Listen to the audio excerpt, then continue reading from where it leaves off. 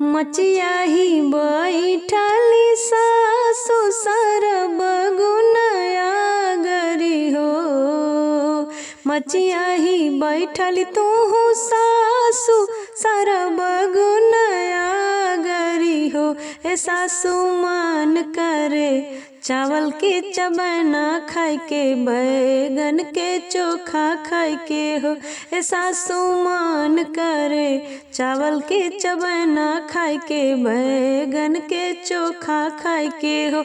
मचिया ही बैठली सासु सरब गुनया गरी हो। ए सासु मान करे चावल के चबना खाए के बैगन के चोखा खाए के हो।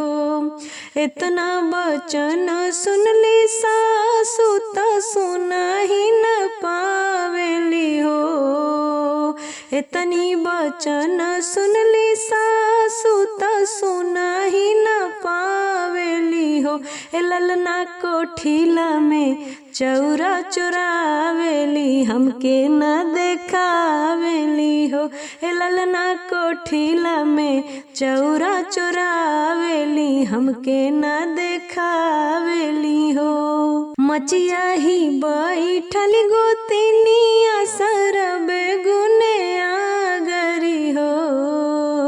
मचिया ही बैठल गोतिनिया सरब गुनया गरी हो।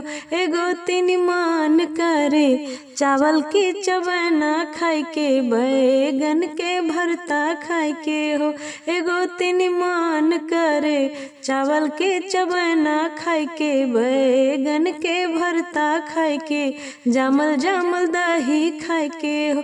इतना वचन गोतिन सुनली सुनही नाही पावेली हो।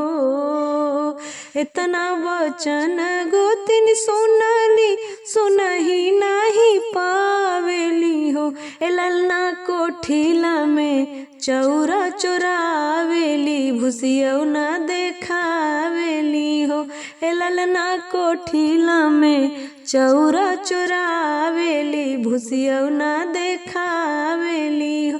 मचिया ही बैठल नदिया सरब गुनया गरी हो। मचिया ही बैठल नदिया सरब गुनया गरी हो। ए ननदी मान करे चावल के चबना खाए के बैगन के भरता खाए के हो। ए ननदी मान करे चावल के चबना खाए के बैगन के भरता खाए के जामल जामल दही खाए के हो। इतनी वचन सुनली ननदी सुनही नाही पावेली हो। ए ललना कोठिला में चौरा चुरावेली हमसे न बतावेली हो। ए ललना कोठिला में चौरा चुरावेली भुसियौ न देखावेली हो।